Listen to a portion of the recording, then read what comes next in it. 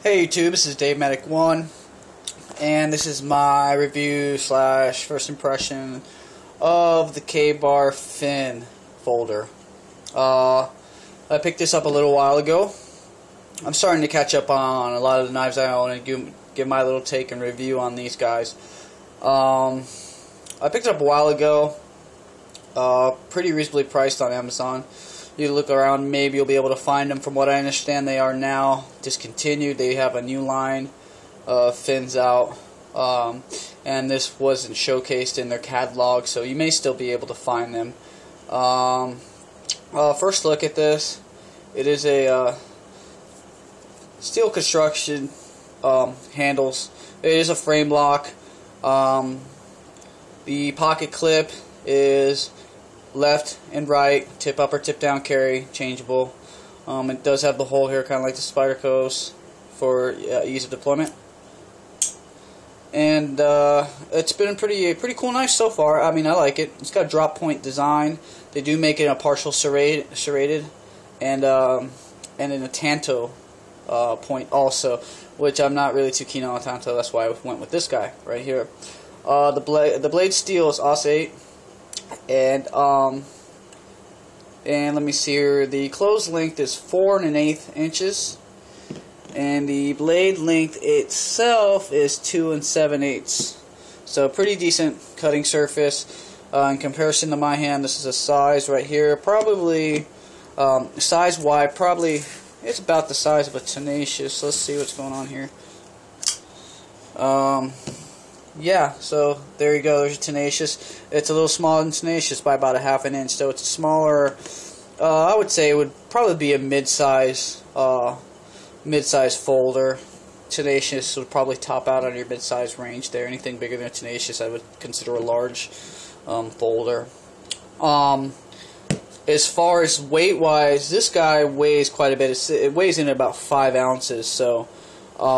You probably will notice this in your pocket. As far as the finish on the handle, it's similar to what they coat the regular BK 5, 7s, and 9s and the Warthog. That same material there. It's kind of like a flat finish. Flat finish there on there. It's got these little cutouts here. Not exactly sure what they're for. As far as grip, I guess yeah, your hand will fit in there. As far as my hand, I would say I got an average size hand, and it's like 3, maybe possibly 4 finger carry. But the cool thing is they've added some jimping towards the back end of the handle there, which helps keep that on there. So with my hand, you could probably get a 4 finger carry there.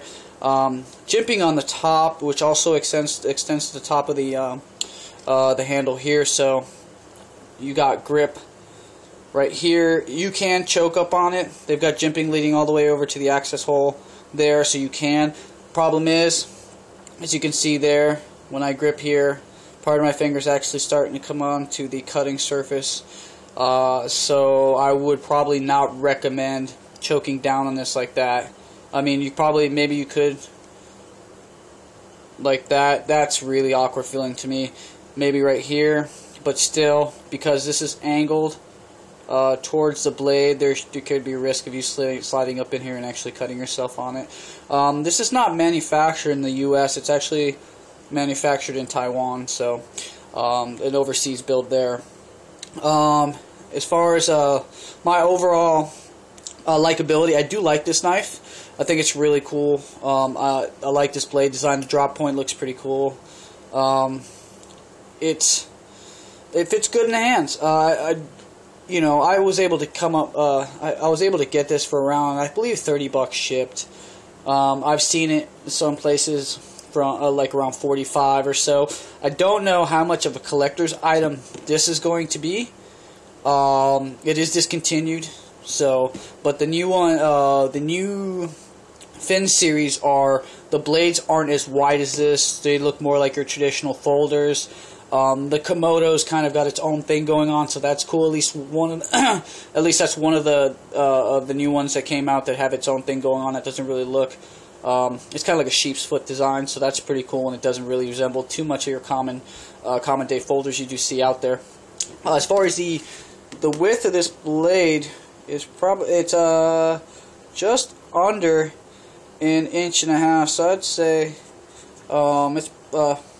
it's probably 1.3/8 as far as the width on that, just to give you an idea. It's got a this grind, a hollow grind that goes up a pretty good amount. I'd say the hollow grind's about a 1/2 inch, and it follows all the way there.